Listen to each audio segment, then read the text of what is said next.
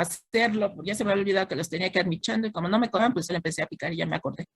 Perdón.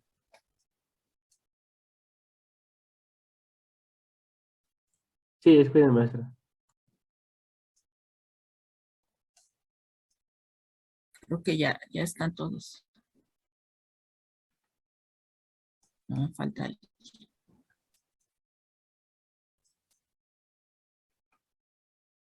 Entonces, déjenme salir para tomar la captura de pantalla.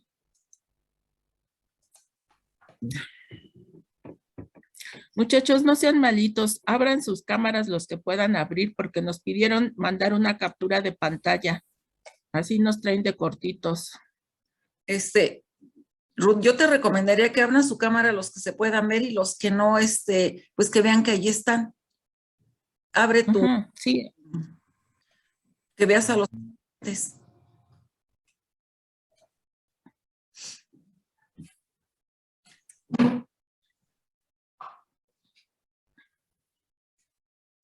Omar y Rubí no están. Aquí están. Bueno, yo sí, doctora. Perdón. Ay, perdón, no la vi, Creo que no se la vi, ponga. Rubí. A ver.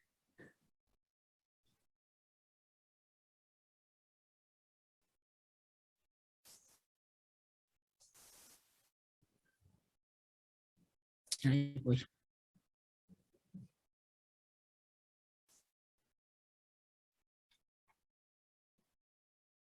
Va. Están Ya, anotando, muchas gracias. Ruth, que no todos van a poder. Ajá. Pues sí. Bueno, yo te aviso que voy a entrar al seminario de Citlali. Sí, maestra, gracias. Bueno, ya muchachos, muchas gracias.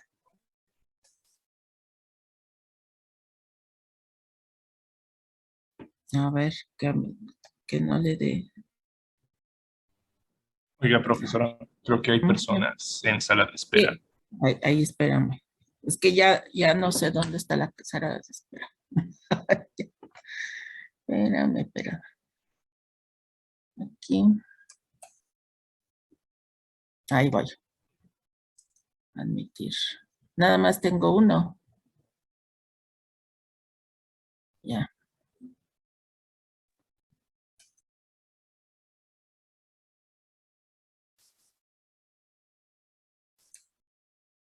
Bueno.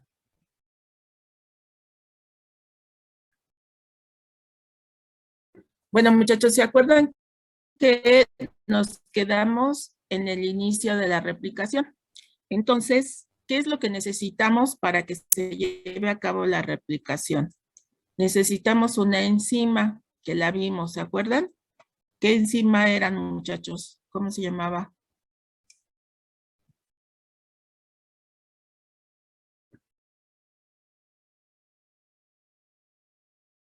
Muchachos. La polimerasa. La DNA polimerasa. Bueno, esa DNA polimerasa necesita para poder replicar un extremo 5'3", 3' libre. ¿Se acuerdan que también ya les había explicado a qué se refiere con 5'3', que es el carbón que está expuesto en la cadena de DNA? Entonces, aquí es donde se utilizan esa nomenclatura. Entonces, estas DNA polimerasas requieren de un extremo 3' libre, que es lo que está en el dibujo. Entonces, siempre debe de haber, ahorita vamos a ver cómo se pueden producir esos extremos libres. Espérenme que me dicen que tengo que admitir, pero no. Admitir todo. Ya. Deben de tener ese extremo 3' libre para que pueda la polimerasa sintetizar.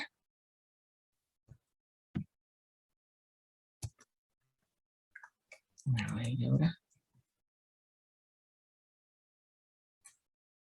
Y en este otro dibujo vienen las posibilidades de cómo es que se puede formar un extremo 3 prima libre. Aquí tenemos en el caso en donde no hay un extremo 3' libre, entonces la polimerasa no puede entrar y entonces no se puede replicar. En este otro cuadrito viene que aquí vino una RNA polimerasa y sintetizó un primer de RNA. Aquí la cadena está abierta y pudo entrar la polimerasa y creó un extremo pequeño, un primer. Y entonces a partir de este primer la polimerasa puede entrar y puede empezar a replicar. En este otro dibujo dice que a partir de un pequeño rompimiento que se le llama un nick, puede entrar la polimerasa y empieza a polimerizar. Aquí esto también se le llama como alerones en esta parte de aquí que hacen esto.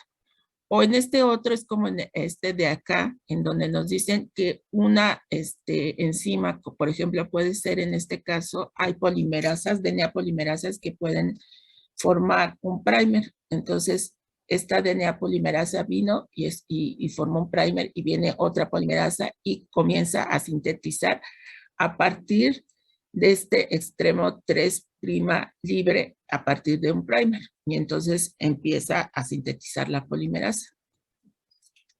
También les había mencionado que en el inicio de la replicación, ¿se acuerdan que les dije que esos inicios de la replicación siempre están marcados en el DNA? Y en el caso de los eucariontes, pues hay muchos orígenes de la replicación y que están pegadas proteínas en esos orígenes de replicación, y cuando llega el inicio, entonces llegan otras proteínas que permiten que ya, entre ellas las helicasas, y abren la doble cadena de DNA y entra la polimerasa. Entonces, aquí tenemos que se va a formar una horquilla de replicación, porque vimos también que se pueden copiar las dos hebras al mismo tiempo. Entonces, y que esas horquillas se van a sintetizar para un lado y para el otro lado, ¿no? Entonces era simultánea y bidireccional. Bueno, en el establecimiento de estas horquillas de replicación, dado que la polimerasa tiene la característica que sintetiza en dirección 5', 3', entonces la hebra que está de 3' a 5', bueno, pues esa hebra puede ser sintetizada inmediatamente porque la polimerasa está sintetizando en esa orientación. Entonces, como se sintetiza rápidamente porque está en la orientación que la polimerasa sintetiza, se va a formar una hebra que le dicen la hebra líder. Entonces, esta hebra líder comienza a estar, ¿cómo se llama? A ser sintetizada rápidamente. Y por eso le dicen la hebra líder. Pero, sin embargo, la otra hebra, como no está en la misma dirección, entonces se va a sintetizar por pedacitos en dirección 5', 3'. Entonces, como se va sintetizando por pedacitos en esta dirección 5', 3', a esta hebra se le conoce como la hebra tardía o la hebra retardada. Entonces vamos a tener que en la horquilla de replicación tenemos una hebra líder que se va a estar sintetizando en dirección 5', 3', rápidamente, y la hebra retrasada que se va a ir sintetizando también en esta misma dirección 5', 3', pero como el templado está en la dirección contraria, se va sintetizando en pedacitos. Y como se va sintetizando por pedacitos, pues se tarda más. Por eso le dicen la hebra tardía. Bueno, en este dibujo vemos cómo está la horquilla de replicación y en esta parte nos están dibujando la hebra líder. Entonces vean cómo está sintetizándose rápido, ¿no? Y acá arriba vean que como es la hebra retardada, pues aquí todavía no nos están dibujando que se está sintetizando, sino hasta el segundo dibujo.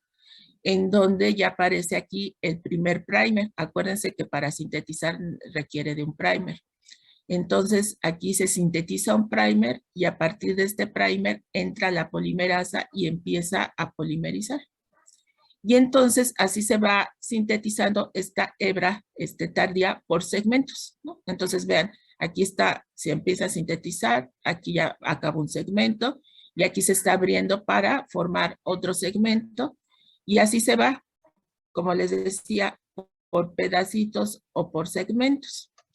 Y bueno, estos segmentos que se están sintetizando fueron descubiertos por un investigador japonés que se llamaba Okazaki. Entonces, por eso a estos segmentos se les puso el nombre de fragmentos de Okazaki. Entonces, estos fragmentos que están formados por el primer, que es recién sintetizado, este primer es de RNA y después viene la polimerasa y sintetiza en DNA, se le conoce como los fragmentos de Okazaki. Entonces, por eso aquí nos ponen que se sintetizó un fragmento de Okazaki. Aquí está un fragmento de Okazaki. Y luego el segundo fragmento de Okazaki. Y entonces esta hebra tardía en los fragmentos de Okazaki tiene que ser removido el primer de RNA. Entonces por eso nos ponen aquí que si se fijan aquí nos dice la DNA polimerasa 3 extiende el primer fragmento de Okazaki. Entonces aquí nos ponen aquí antes la primasa sintetiza RNA. Entonces esta es la que sintetiza el primer fragmento de RNA. Luego viene la DNA polimerasa 3 y sintetiza a partir de este primer de RNA, sintetiza esta parte de este fragmento. Y así se forma el primer fragmento de Okazaki. Y luego se forma el siguiente fragmento de Okazaki. Ya que están formados los fragmentos de Okazaki, entonces va a venir una DNA polimerasa que va a cortar aquí la unión del primer de RNA con DNA y va a reemplazar este fragmento de RNA por DNA. Entonces lo reemplaza y luego viene una ligasa que va a unir los cortes en donde se quitó el RNA con el DNA y va a ligar. Va a sintetizar el pedacito que queda aquí del fragmento y lo sintetiza y liga. Y entonces va a terminar formándose la hebra retardada. Entonces, si contamos las enzimas que tienen que formar los fragmentos de Okazaki, vean, aquí está la primera, que es la primasa que sintetiza el RNA. Luego la DNA polimerasa, que es va a sintetizar, se va a extender a partir del fragmento de Okazaki, son 2. Luego la DNA polimerasa 1, que quita el fragmento.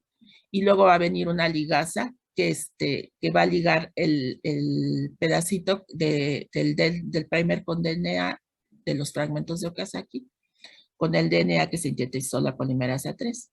Entonces, vean, son 4 con la ligasa, proteínas que vinieron a sintetizar lo que es la hebra tardía. Entonces, por eso también se tarda más. Entonces, siempre se deben de acordar que la hebra tardía se va a sintetizar a partir de fragmentos de Okazaki y que estos fragmentos de Okazaki necesitan se forma a partir de un primer de RNA y de DNA que se sintetiza. Entonces, si les preguntan qué es un fragmento de Okazaki, pues un fragmento de Okazaki es un primer de RNA y de DNA que van a formar la hebra tardía durante la replicación. Bueno, en este otro dibujo viene lo mismo, pero viene con más explicado. Entonces, vean, aquí esta es la hebra tardía otra vez. Y aquí ya nos ponen las enzimas que están desenrollando el DNA, que van por enfrente de la horquilla de replicación. Que se acuerdan que les dije que era la helicasa y que había las topoisomerasas que hacían un corte para poder ir quitando lo superenrollado del DNA.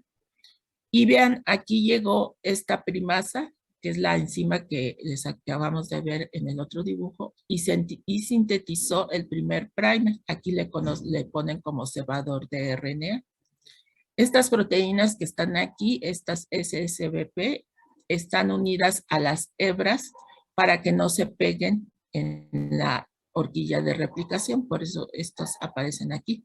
Bueno, entonces ya en el siguiente dibujo vemos cómo están aquí por detrás de la horquilla abriendo, ¿no? Aquí están las proteínas que están impidiendo que se peguen las cadenas de DNA. Y vean que aquí está el fragmento de Okazaki. Entonces está el primer de RNA que hizo la primasa. Aquí tenemos la DNA polimerasa 3 que va a estar sintetizando ya el DNA, que ya aparece en rojo el DNA.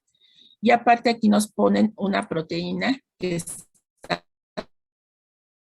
asociada a la polimerasa, que se le conoce como pinza de deslizamiento, que ayuda a la polimerasa a ir avanzando. Ya en el tercer dibujo, vean que nos ponen que ya se sintetizó el segundo fragmento de Okazaki, ¿no? Entonces, aquí ya está, tenemos el primer fragmento de Okazaki, tenemos aquí el segundo fragmento de Okazaki. Entonces, ¿qué pasa después?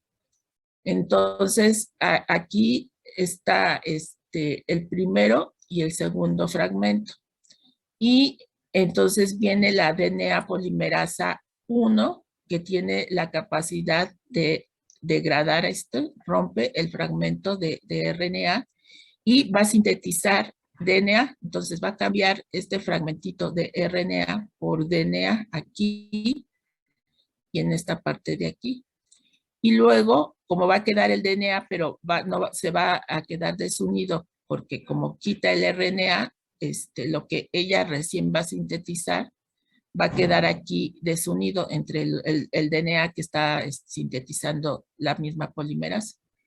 Y entonces, para eso viene la DNA ligasa y liga aquí, en la parte superior de aquí de la cadena. Y entonces, queda ligado y entonces ya tenemos la hebra retardada. Entonces vean que sí se requieren más enzimas y por eso se tarda en hacer la hebra tardía, porque pues tienen que actuar varias proteínas para formar la hebra. Entonces vean aquí en la horquilla de replicación, que es esta. Entonces, aquí no nos están ejemplificando la hebra líder, pero entonces aquí ya sabemos que aquí está la hebra líder y esta sería la hebra tardía. ¿Dudas, muchachos? Con esto de los fragmentos de Okazaki.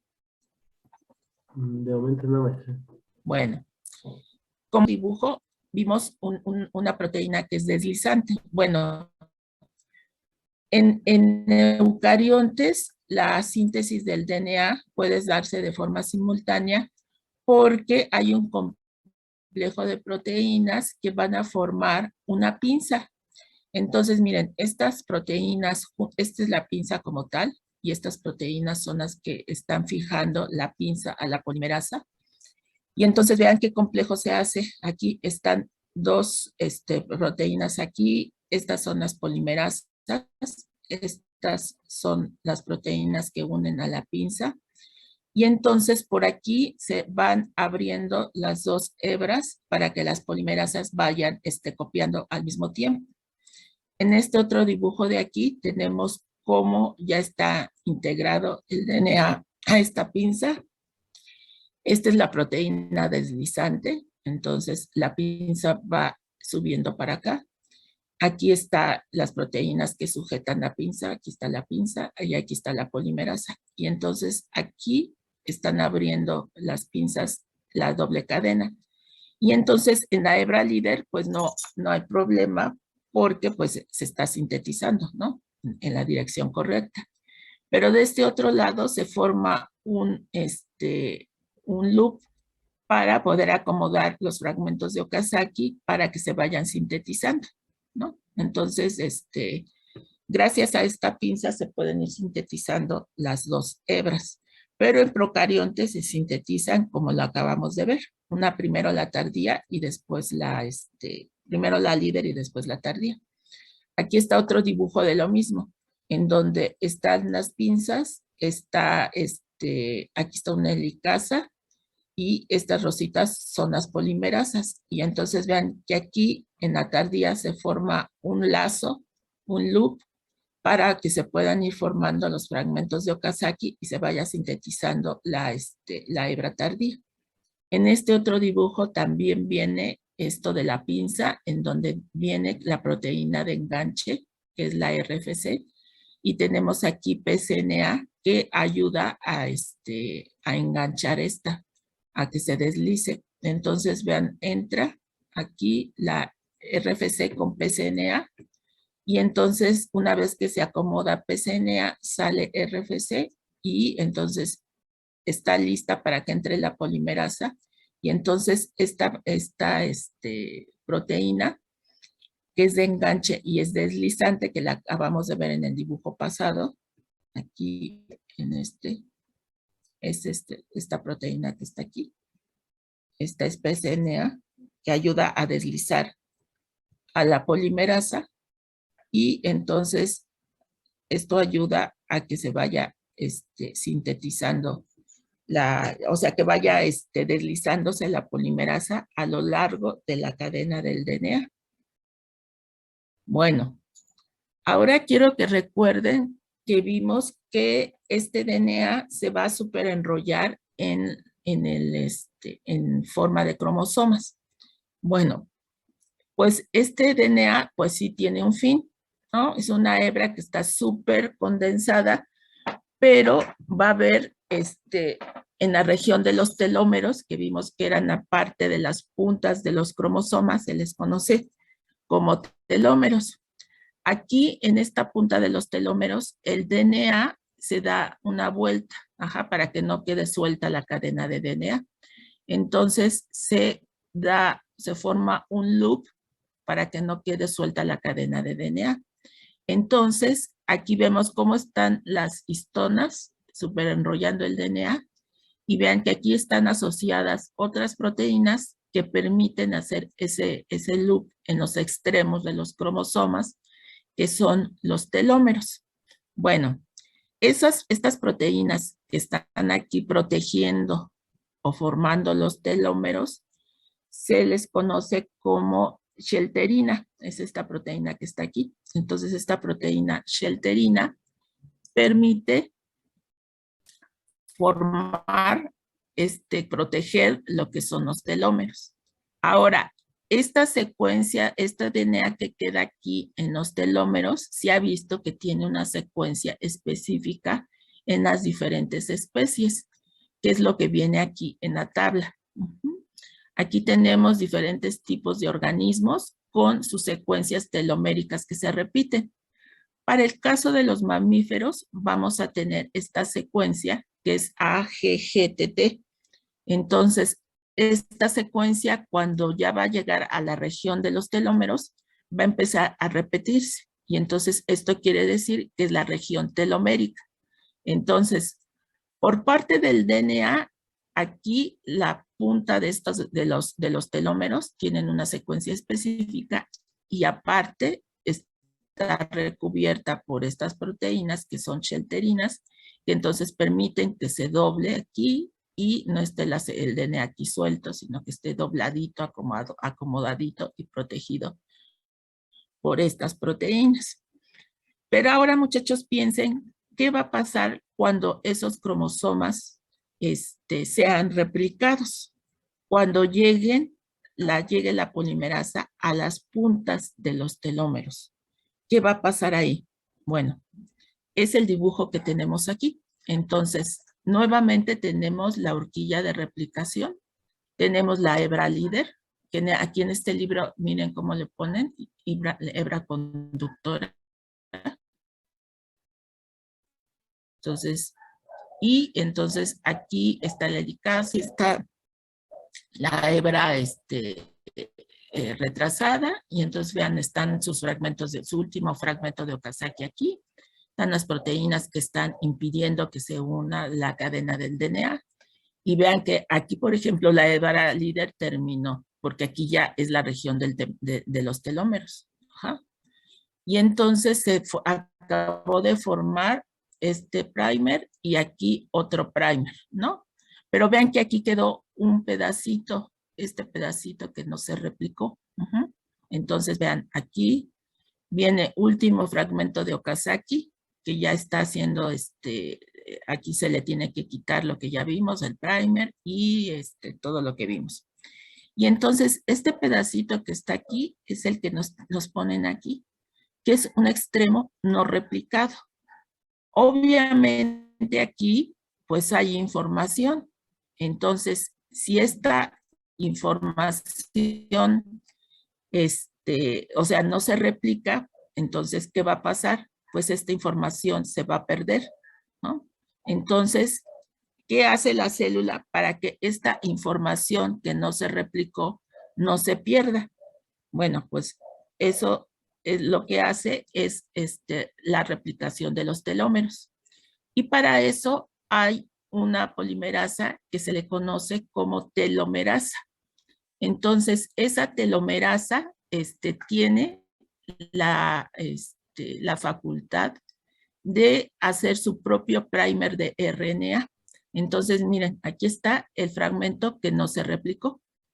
Entonces, esta telomerasa se va a acomodar aquí en las últimas 3 bases y va a extender para atrás de ella y va a extender y va a ser un primer. Fíjense, aquí está. Todo esto naranja es lo que está sintetizando la telomerasa. Ajá, lo amarillo y lo naranja.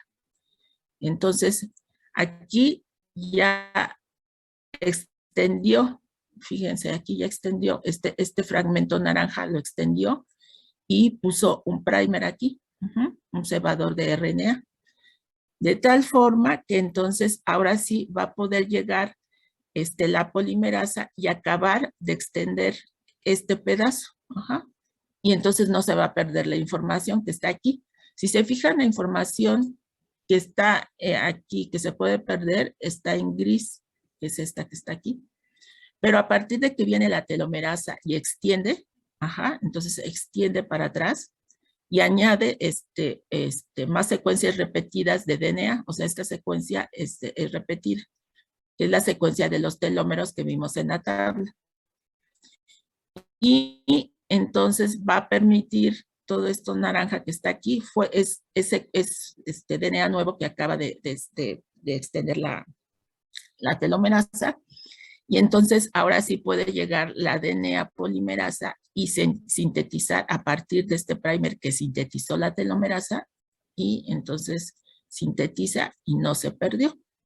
Entonces, de esta forma se van a formar los telómeros y van a venir las proteínas, las shelterinas, y se van a pegar y van a formar los telómeros. Bueno, entonces, de esta forma no se debe de perder información del DNA, pero se han investigado, por ejemplo, en algunas células.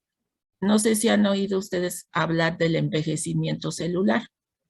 Y una de las causas que se ha encontrado del envejecimiento celular es que con el tiempo, pues la telomerasa deja de actuar tan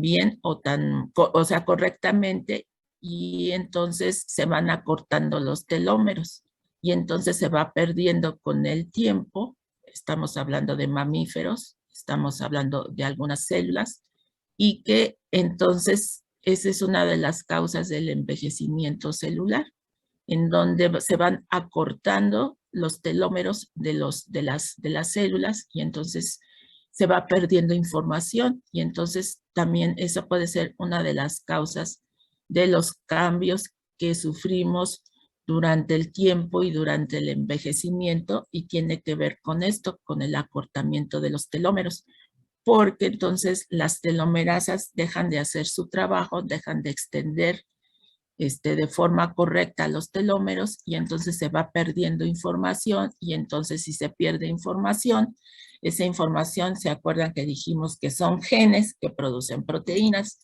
Y entonces se dejan de producir ciertas proteínas que pueden estar actuando o ayudando para que las células vayan envejeciendo. ¿Dudas de esto, muchachos? No, maestra. Wow. Bueno, también habíamos visto durante la clase que podría haber daño en el DNA. Yo les dije que siempre que ocurre un daño en el DNA, siempre la célula va a tratar de corregirlo. Aquí nos ponen ciertos tipos de daño. Aquí, por ejemplo, nos ponen daño al DNA por desaminación de las bases. Entonces, vean aquí nada más se le quita el grupo amino. Y entonces, fíjense, en decitosina pasa a ser uracilo y se le quita el grupo amino. Aquí también. De adenina pasa a ser otra base porque se le quita el amino. O puede haber una depurinización, que es quitar completamente aquí la base. Ajá. Y entonces estos cambios, tanto la desaminación como la depurinización, son espontáneos. Otro tipo de daño puede ser por radiación.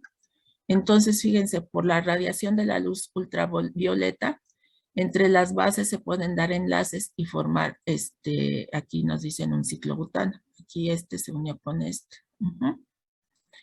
O puede haber alquilación en donde en este carbono se le puso un grupo metano.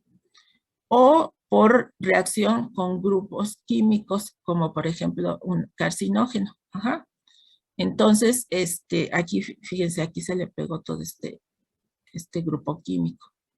Entonces, obviamente, esto va a impedir que se transcriba y que se replique, ¿no? Entonces, estos daños pueden ser inserción de bases incorrectas, cambios espontáneos como los que acabamos de ver, o por reacción con agentes químicos o por la radiación. Y entonces, esto va a impedir, como les dije, que se lleve a cabo la replicación o la transcripción. Bueno, entonces, siempre que hay un daño, lo que la célula va a hacer es reparar. Y aquí vienen los tipos de reparación del DNA. Dentro de los tipos de reparación tenemos la inversión directa de la reacción química que provocó el daño al DNA. Y el segundo es la eliminación de las bases dañadas seguida de su reparación. Entonces, aquí en el dibujo nos ponen una inversión directa por daño por luz ultravioleta. Por luz ultravioleta, como vimos, se pueden formar dímeros de timina. Y entonces aquí, al formarse este dímero, pues entonces aquí siempre piensen que va a llegar la RNA polimerasa o la DNA polimerasa y no va a poder hacer su trabajo. Entonces, pues esto está estorbando. Entonces, ¿qué hace la célula? Aquí ahorita vamos a ver que se marca el daño con proteínas, pero la misma luz va a romper el daño, y entonces esta luz que causó el dímero va a provocar que también se rompa, y entonces se va a formar, se repara, ¿no? Y entonces esta es una inversión directa por la luz ultravioleta que causó el daño. Esa misma luz ultravioleta quita ese dímero. Aquí hay otro ejemplo por daño por reacciones químicas, ¿sí? Aquí tenemos el ejemplo en donde vimos que esta era la alquilación porque se le pone este grupo metano. Entonces se va a formar la O-metilguanina. Y aquí interviene una enzima que es una metiltransferasa. Entonces, este es el sitio activo en donde tiene una cisteína. Entonces va a reparar el daño porque va a captar este metilo y lo va a unir aquí a su cisteína y se lo va a quitar, y entonces esa metilguanina se va a convertir en guanina. El problema de la O-metilguanina es que al aparearse, al tener, acuérdense que tienen sus bases con las que forman, se unen, esta metilguanina se une con la timina en lugar de la citosina, ¿no? Entonces, esto va a ser un error también. Entonces, esto es reparado. Entonces, este sería un daño químico que es reparado a partir de una enzima, ¿sí? Entonces, esta enzima va a quitar ese daño al DNA. Bueno, ahora tenemos otro tipo de reparación, que es reparación por escisión. Entonces, ¿qué es la escisión? Pues la escisión es el corte, ¿no? Entonces, este es el principal mecanismo de reparación en el DNA. Aquí el DNA es reconocido y eliminado. Y este espacio que se va a generar porque se va a quitar las bases, entonces se va a requerir que sea sintetizada nuevamente la hebra del DNA y para que ya se quite el daño. Entonces, este corte puede ser por escisión de base, o sea, si se fijan nada más es cortar una base, que aquí nos los ponen de ejemplo, en donde aquí está un uracilo y no va a unirse con esta guanina, ¿no? Entonces, aquí es cortado, vean, la base, se corta la base, y entonces tiene que venir una DNA polimerasa para sintetizar la base que corresponde, que sería una citosina, y la ligasa que va a ligar el espacio que se forma, ¿no? Entonces, esa es la reparación por escisión de base. La reparación por escisión de nucleótido es esta que tenemos acá, en donde se va a cortar alrededor de donde está el error. Vean, aquí nos están ejemplificando un dímero de timina. Y entonces aquí las flechitas indican en dónde se va a cortar. Entonces, este es un nucleótido, ¿no? Escisión de nucleótidos. Y entonces, otra vez, aquí se corta. Esto se sale y tiene que llegar una DNA polimerasa que sintetice y una ligasa que ligue el exterior de la cadena del DNA. Y entonces tenemos por reparación de base o reparación de escisión de nucleótido. Bueno, aquí vienen las proteínas que reconocen el daño. Yo les había mencionado en clase que en la célula siempre están proteínas en el citoplasma que pasan al núcleo para reconocer cuando hay daño en el DNA. Estas proteínas fueron descritas por primera vez en una enfermedad que se llama geroderma pigmentosa. Entonces, por eso es que a estas proteínas se les puso el nombre de JP por geroderma pigmentosa. Entonces, vean, aquí ya nos ponen lo mismo que acabamos de ver, que es escisión de nucleótido, y cuáles son las proteínas que intervienen en la reparación, primero en la detección y posteriormente en el reconocimiento y en la reparación del daño. Entonces, miren, aquí está el dímero de timina y va a entrar esta proteína que es JPC y esta otra, ¿no? Entonces, vean, esta JPC es la que reconoce el daño junto con esta otra, que es la HHR23B. Después vienen estas otras proteínas, TF2H, que ya lo habíamos visto, que es una helicasa y que está considerada como factor de transcripción. Y esta otra, esta XPG, y llegan acá. Y entonces vean que hacen este complejo de proteínas y entonces después llegan las endonucleasas para cortar aquí el daño, o sea, el nucleótido, y entonces lo sacan. Entonces vean cómo hay proteínas que van a reconocer y otras proteínas que al reconocer atraen las proteínas para que corten en donde el sitio en donde está el daño. y entonces hay aquí un corte y escisión del nucleótido. Tiene que venir, como ya sabemos, la DNA polimerasa y ligar aquí para que quede reparado el daño. Entonces, aquí que tenemos que recordar siempre que el daño en el DNA siempre va a ser tratado de, o sea, va a ser reconocido y va a ser tratado de reparar. En caso que la célula no pueda reparar el daño, entonces esa es una señal de muerte, como ya habíamos visto, para que la célula pues ya no esté y se muera, ¿no? Ahora, tenemos que tomar en cuenta que el DNA pues siempre va a estar activo. Entonces vamos a ver que se tiene que estar llevando a cabo la transcripción o la replicación. Aquí tenemos el daño acoplado a la transcripción. ¿Esto qué quiere decir? Que durante la transcripción de un gen, y aquí tenemos la RNA polimerasa, en donde encontró un dímero de timina. Entonces, aquí en este caso, la RNA polimerasa, esto es fortuito, muchachos, no se crean que la RNA polimerasa está encargada de reconocer los daños. Esto es pensando que el daño, como son espontáneos, acuérdense, el daño se dio espontáneamente cuando la polimerasa estaba transcribiendo.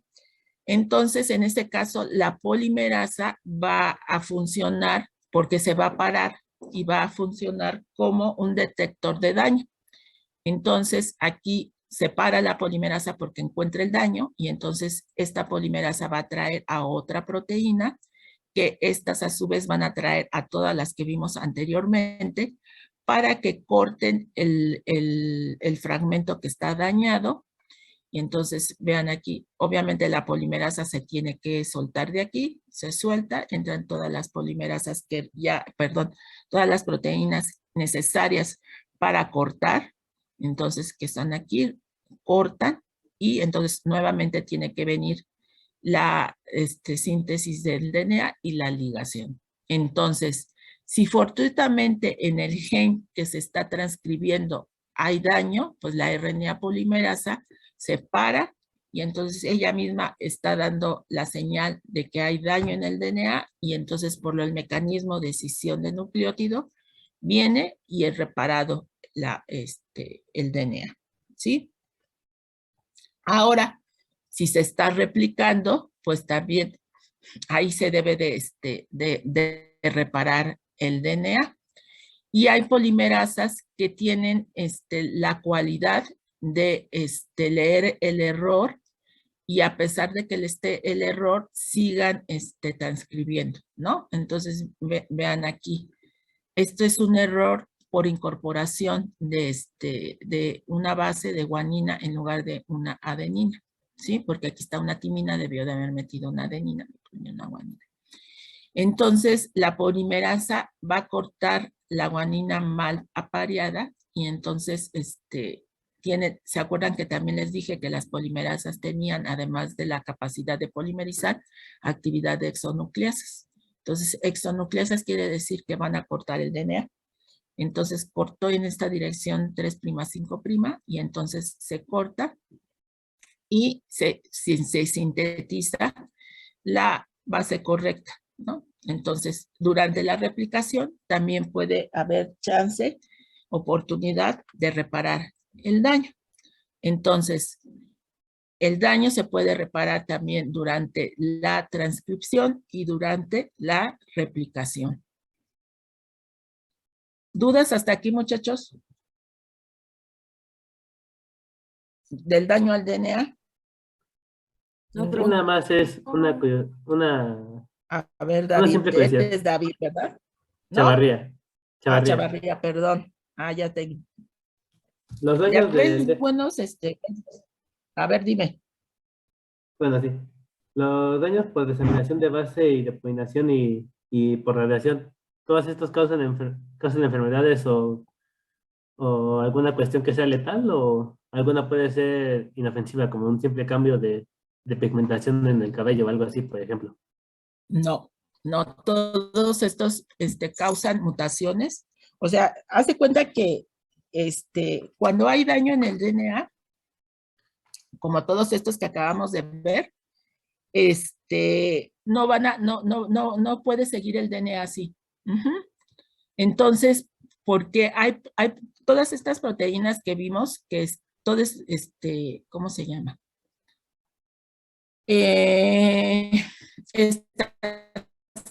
Están aquí, están vigilando, siempre vigilando. Entonces, son capaces de reconocer el daño. Entonces, cuando se da el daño, es reparado. O sea, siempre y cuando sea daño, ¿sí? Sí. Ahora, por ejemplo, tú me dices, ¿puede causar alguna enfermedad? Sí, siempre y cuando las proteínas que reconocen y reparen el daño no estén funcionando. ¿Hay enfermedades que pueden causar eso? Sí, por ejemplo, la más obvia es el cáncer. Por ejemplo, en los melanomas, que son los cánceres de piel, hay mucho de problemas en las proteínas que son las encargadas de reconocer el daño. Entonces, como no es reconocido el daño, entonces lo dejan, la célula no se va a muerte, porque haz de cuenta que en una célula, que lo que normalmente pasaría es que hay daño, es reconocido, es reparado. En caso de que no sea reparado, esa célula se muere y es reemplazada por una célula que esté normal, ¿no? Entonces, eso sería en un tejido sano, ¿no? Pero ¿qué pasa en los tejidos, por ejemplo, en el cáncer? En el cáncer, pues es muy inteligente las células cancerosas, porque una de las cosas que hacen, ¿se acuerdan que yo les dije que el cáncer hace muchas cosas dependiendo del tipo de cáncer? Y lo hacen a la misma vez. Entonces, por ejemplo, en los cánceres de piel, en donde las células están expuestas a la radiación, entonces, ¿qué pasa? Que se forman estos daños, pero no son reparados. Y entonces eso causa problemas en genes y entonces las células siguen reproduciéndose con esos daños y entonces forman patologías. Por ejemplo, el cabello del pelo que tú me estás diciendo son variaciones genéticas del gen que da el color al pelo, o sea, eso no tendría nada que ver. Pero solamente en patologías que se van a dar siempre y cuando estas proteínas que están encargadas de reconocer y reparar el daño no estén funcionando, entonces sí, el daño se va a conservar y entonces eso sí va a producir alteraciones en las células que pueden producir una patología. ¿Sí? ¿Te quedó claro? Sí, maestra. Muchas gracias. Por eso el cáncer es maluco, porque hace muchas cosas. Bueno, pues ya casi vamos a acabar con todas las cosas que hace el DNA. Una cosa que pasa con el DNA es la recombinación del DNA. Ahora, muchachos, quiero que recuerden siempre que la recombinación del DNA se va a dar en las células únicamente que son sexuales, ¿sí? Y durante la meiosis es donde se lleva a cabo la recombinación genética, porque ahí se va a dar una recombinación de genes homólogos. Entonces, esto permite la diversidad genética, ¿sí? Pero se da en las células sexuales, nada más. Y entonces, aquí cuando empezaron a estudiar la recombinación del DNA, que le pusieron recombinación homóloga, entonces vieron que había dos modelos, ¿no? El modelo de elección de copia y un modelo de rotura y unión. En el dibujo podemos ver el de elección de copia. Entonces, aquí, vean, se está replicando el DNA, como lo acabamos de ver, y entonces van las dos hebras, ¿no? Y aquí dice esta teoría que entonces una hebra puede invadir la otra y copiar esta. O sea, la verde invade la morada y empieza a copiar la morada. Y la morada comienza a copiar la verde y entonces aquí se da este intercambio, ¿no? Entonces finalmente vamos a tener estas hebras hijas ya con una recombinación. La otra teoría era que teníamos los DNAs homólogos, los DNAs parentales, aquí cerca, ¿no? Y entonces que había corte de una de las hebras y a partir de ese corte, que es la rotura, había invasión hacia la otra hebra, ¿no? Entonces, y formaba una región aquí heterodúplex, que es la misma que aquí se forma, ¿no? Pero bueno, aquí esta teoría nos dice que hay una rotura y una unión. Rotura, y aparte de la rotura sigue la invasión a la otra hebra y la unión. De tal forma que si se dan cuenta tenemos el mismo resultado que en la otra teoría. Bueno, pues por medio de experimentos, ¿qué fue lo que encontraron? Pues la que se lleva a cabo es esta, de rotura y unión.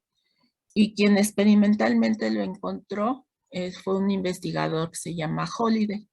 Entonces, por eso a esta recombinación se le puso como el modelo de Holliday, en donde vamos a tener DNA parentales, que acuérdense que tienen que ser homólogos, en donde va a haber un corte, y entonces ese corte va a provocar que estas hebras puedan separarse e invadir las otras. Entonces aquí están invadiendo.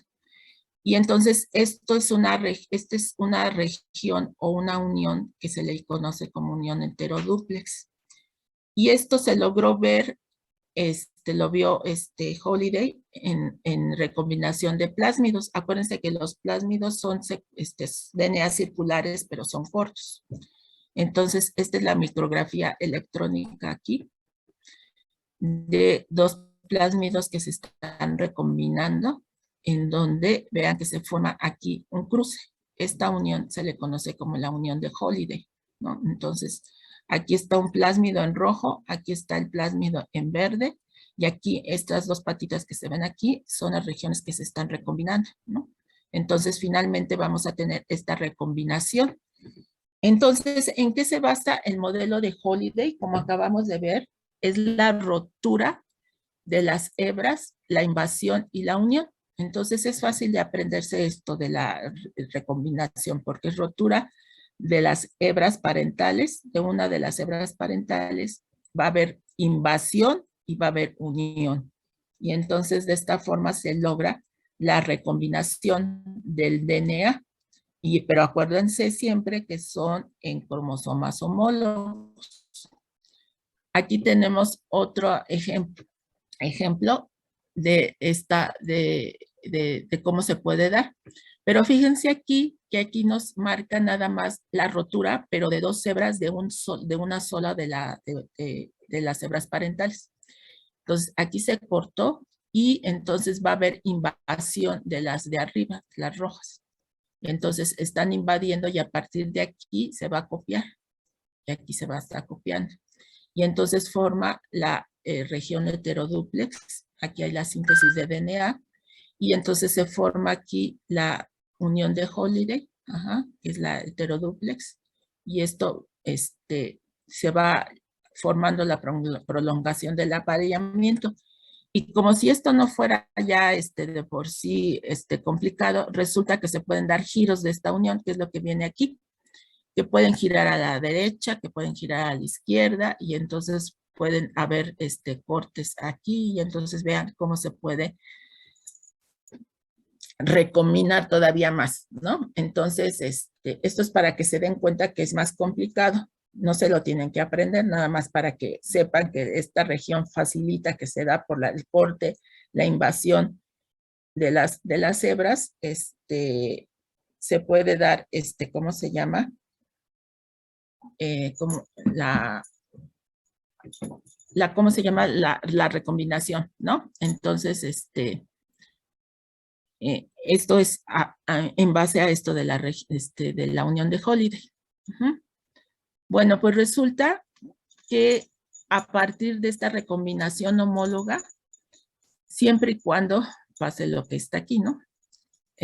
Acuérdense que vimos que la radiación te causa daño en el DNA. Bueno, la radiación puede además hacer desaparezcan una región del DNA como está aquí en este dibujo. Entonces, aquí se está perdiendo una región del DNA y entonces este DNA puede perder esta información porque entonces, ¿qué puede pasar? Aquí se va a generar un hueco, puede llegar la unión de los extremos aquí, entonces ya saben, llega la polimerasa y entonces une, pero ¿qué va a pasar? Va a unir los extremos, pero entonces este hueco, que es información genética, se va a perder. Entonces, aquí puede esto causar un error, ¿no? En el daño. Bueno, ¿qué puede pasar si esto se puede reparar siempre y cuando esté el DNA homólogo, ¿no? Que estuvo normal y que no sufrió daño. Entonces, aquí ya esta radiación ionizante pues hizo el corte de las hebras y entonces a partir de estas pueden, por el modelo que acabamos de ver, recombinarse y esta región que se perdió en las verdes se recupera con la información que viene en las azules o moradas. Y entonces, a partir de esta recombinación homóloga, puede ser que se dé una reparación del daño del DNA. Pero como pueden ver, pues necesitan del DNA homólogo para que se pueda recuperar esa información y se pueda reparar el daño, pero por recombinación. Entonces, esto puede llevarse a cabo, ¿no? Siempre y cuando, como les digo, tengan esto. Entonces, con esto acabamos todo lo que hace el DNA en el núcleo. ¿Tienen dudas, muchachos? Acuérdense que el examen de todo lo que acabamos de ver es el lunes. ¿Sí? Sí, ¿Ya maestra. sacó? Bueno, muchachos, les quiero recordar que el lunes de la semana que entra, bueno, ahorita que la práctica de hoy correspondería al video que le subimos del cultivo de leucocitos en sangre, ¿sí? No sé si ya vieron el video. Lo que íbamos a hacer en clase hoy era que les íbamos a dar unas laminillas de estos cultivos para que ustedes vieran los cromosomas de los, ¿cómo se llama? Humanos, ¿no? Pero bueno, dado a que pasó esto, entonces, ustedes ya tienen el video y ahí viene toda la información para que contesten el cuestionario de la práctica de hoy.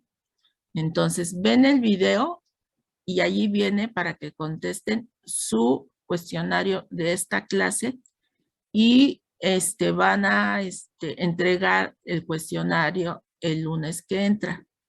¿Dudas sobre de esto? No, maestra. Bueno, ¿qué práctica vamos a hacer el lunes? El lunes nos toca la práctica de mitosis. Para eso vamos a necesitar que hoy mismo compren unas cebollas. Van a comprar estas cebollitas que están aquí, que son las cebollitas cambray. ¿Por qué no las cebollas grandes? Porque las cebollas grandes tienen las raíces más fibrosas y entonces cuesta más trabajo observar la mitosis por la pared y hay veces que no se logra ver. Entonces, por eso necesitamos de estas cebollitas cambray, ¿sí? Entonces, aquí están las cebollitas cambray, aquí están las raicillas.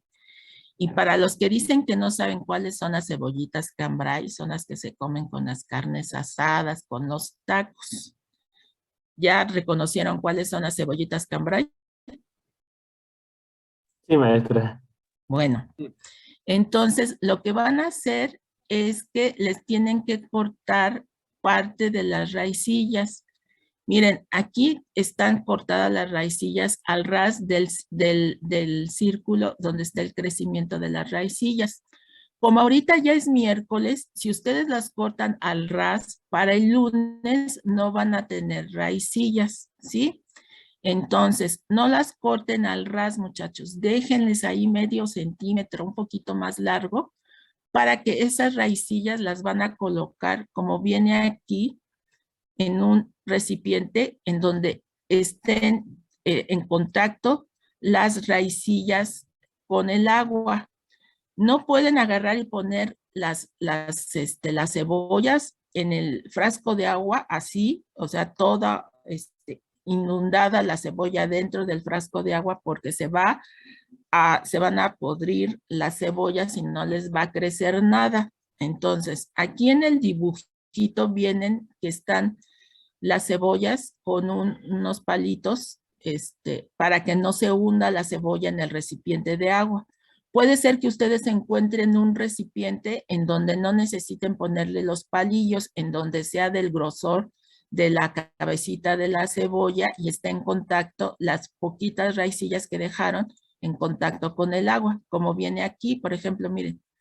Entonces, uno que deben de hacer, comprar las cebollas correctas y las deben de comprar hoy para que el lunes tengan raicillas. Si las compran mañana, el viernes o el sábado, no van a tener raicillas para la práctica. Este material es individual, ¿sí? No es por equipo y ahorita van a ver por qué.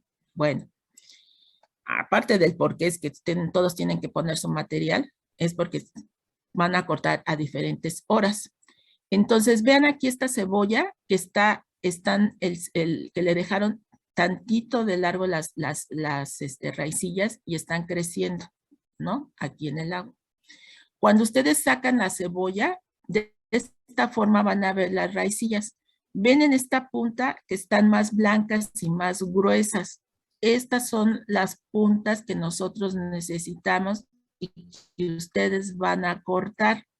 Bueno, las van a cortar, se van a poner de acuerdo en su equipo, quién nos corta a las 12 del día, quién las corta a las 12 de la noche y a la 1 de la tarde y a la 1 de la mañana. Si se fijan, son 4 horarios. Y la van a colocar en una solución fijadora. Mañana tienen que ir conmigo a mi cubículo que está entrando en el 4º piso y si no en el laboratorio de citología. Si no estoy en mi cubículo, estoy en el laboratorio para darles un Eppendorf con solución fijadora a cada uno. Entonces tienen que ir mañana por la solución fijadora. ¿A qué horas pueden ir más o menos para estar al pendiente de que vayan por la solución fijadora?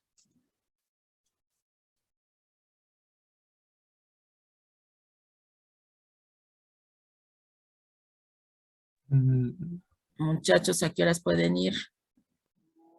Yo creo que Pues después de salimos a las las 2.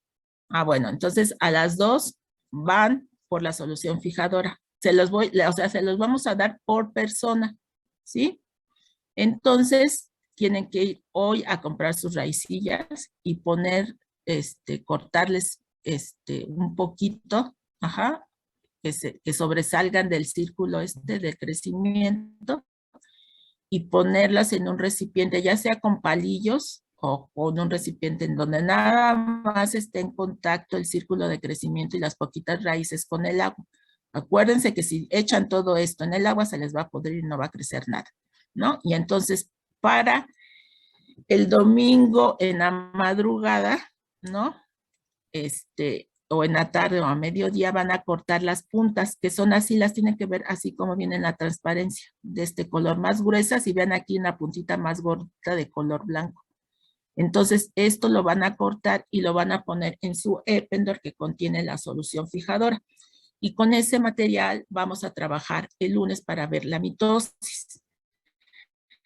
También tienen que llevar una navaja como la que llevaron de afectar o con un solo filo, porque van a tener que machacar esas raicillas. Entonces tienen que llevar su navaja. Entonces también, además de las raicillas, es la navaja, porque si no tienen navaja y están esperando a que su compañero machacar para hacer su laminilla, entonces se van a tardar. ¿sí? Entonces quedó claro qué es lo que tienen que llevar el lunes y que tienen que comprar hoy sus rejillas porque si no, no van a tener material para trabajar el lunes. Y el que no tenga para trabajar, pues no va a entrar a la práctica. ¿Sí les quedó claro las instrucciones? Sí, maestra. ¿Qué tanto de la raíz hay que cortar? Bueno, entonces, ¿cuánto hay que? Pues nada más dejarle una puntita como de ¿qué te gusta? 3 milímetros a las raicillas para que de a partir de ahí crezcan. ¿Sí? O sea, de aquí a acá le vas a dejar como una puntita así, 3 milímetros, medio milímetro para que a partir de ahí crezcan, porque si les digo, si ahorita sí crecen, si ponen así, pero para el lunes no les empiecen a crecer. ¿Sí? No me vayan a decir que no les crecieron que porque cortaron y que no les creció nada, ¿eh? Aquí, acuérdense que les estoy diciendo que dejen una puntita para que crezcan, ¿sí? Si las dejan todas largas, tampoco van a crecer. Entonces, les tienen que hacer un corte de raicillas aquí, en lugar aquí, para que dejen una puntita y a partir de esa puntita empiecen a crecer. ¿Va? Sí, maestra. Y para ponerle en la solución fijadora, ¿qué tanto hay que dejar? Ah, pues mira, haz de cuenta que si te creció para acá, pues entonces las cortas acá. O sea, tienes que dejar libre esta región en donde están las puntas. Entonces, aquí les cortas, ¿sí? Arriba de donde están las puntas, que es la punta gordita y blanca. O sea, no vas a cortar aquí, porque entonces si cortas aquí, pues ya no no vamos a ver nada. Entonces, le cortas un poquito arriba, porque estas partes son las que vamos a necesitar para ver la mitosis. Entonces, cortan por arriba de la puntita, como 1 centímetro por arriba de la puntita. Entonces serían primero 2 cortes, uno para que crezcan las raicillas y las otras para colocarlas en la solución. Uh-huh. Ok. Sí, correcto. Sí, también lleven sus agujas de disección para sacar las raicillas, colocarlas en el portaobjetos, con su navaja machacar y ya poner la orceína para que vean las diferentes fases de la mitosis. ¿Sí? Sí, y ya la última pregunta, ¿cuántas raicillas hay que Todas las que poner? todas las que les salgan. Ajá. O sea, no desperdicien ninguna, todas llévenselas, ¿sí? O todas de aquí, pues aquí haz de cuenta en general ya haces un corte a todas, ¿no? No sé cuántas raicillas vayan a tener, pero a lo mejor si tienen 20 déjaselas. Y de esas, si te crecieron las 20, pues las 20 las cortas y las pones. ¿Sí? Ok, sí. Uh-huh. Acuérdense de no poner las cebollas que usamos para cocinar porque son muy gruesas esas raíces. ¿Sí, muchachos? Por eso son estas raicillas. Nada más, entonces, cuando terminen sus prácticas, sus clases virtuales, váyanse al mercado a comprar sus cebollas. Para cortar lo de las 12 del día. Uh-huh. Ahí se ponen de acuerdo. Vayan al mercado porque en los supermercados las venden así. Ajá, ya les cortaron las raicillas. Y entonces no nos sirven así ahorita y menos a ustedes que las tienen para el lunes. Vayan al mercado porque en los mercados sí las tienen así con los pelitos, con las raicillas, pues, ¿sí? Les digo porque ya nos pasó a nosotros, con las buscamos y en el súper no las venden, con las raicillas, las venden así. ¿Vale, muchachos? Sí, maestra. Bueno, entonces, ¿no tienen dudas ya? ¿Listos? Tienen que, acuérdense, tienen que estudiar para el examen, que es el lunes, el examen de teoría. Entonces, tenemos examen de teoría y después tenemos la práctica de mitosis que tienen que traer sus raicillas, ¿sí? Y mañana tienen que ir por su solución conmigo al 4º piso de morfología. Ahí los estaré esperando a las 2 de la tarde para darles su vialecito con su solución fijadora. ¿Sí? ¿Les queda claro qué tienen que hacer? Sí, maestra. Bueno, entonces nos vemos mañana, muchachos. Muy bien, maestra. Hasta Bueno, luego. hasta Gracias. mañana. Gracias, maestra. Adiós. No, maestra, gracias. Luego, maestra. Maestra, ¿yo puedo hablar con usted en privado? Ajá.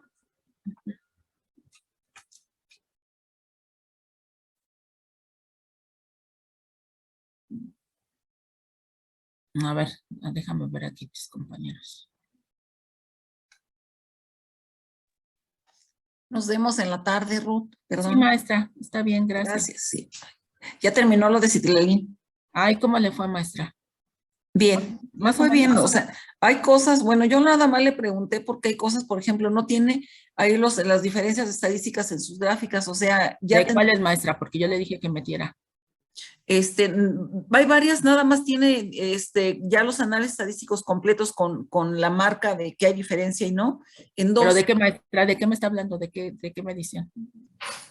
Es que básicamente nada más tiene la primera que está, por ejemplo, no la tiene en la parte de ciclina, no la tiene, o sea, en varias cosas. Yo nada más se la vi en dos gráficas, ahorita no me acuerdo. Nada más lo es en BCL2 y lo tiene en otra cosa y ya. Todas las demás no tiene marcadas las diferencias estadísticas.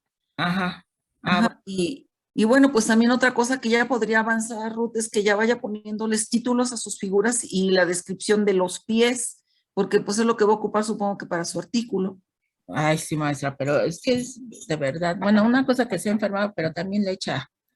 No, sí, no sé, pero por eso te estoy diciendo qué son las observaciones que hicieron para que tú le preguntes en relación con eso. No, sí, es que ayer sí nos vio que estábamos ahí discutiendo. Sí, le no, faltaban sí, le faltaban muchas cosas, maestra, pero es que lo dejó para el último. Bueno, y yo te estoy poniendo en antecedentes, no es por otra cosa, sino simple y sencillamente para que sepas, le dice, pues la doctora me comentó. Sí, porque es la forma que tenemos de presionarlos, porque si no hacen Bueno, otra cosa que yo le sugerí es que le dije que qué tanto iba de su artículo, me dijo que pues ya llevaba, que estaba escribiendo apenas la introducción. Y yo le dije, pero pues ¿por qué no? Ya tendría que tener escrito toda la de parte de materiales y métodos, eso ya no va a cambiar. Lo comento. ¿Qué?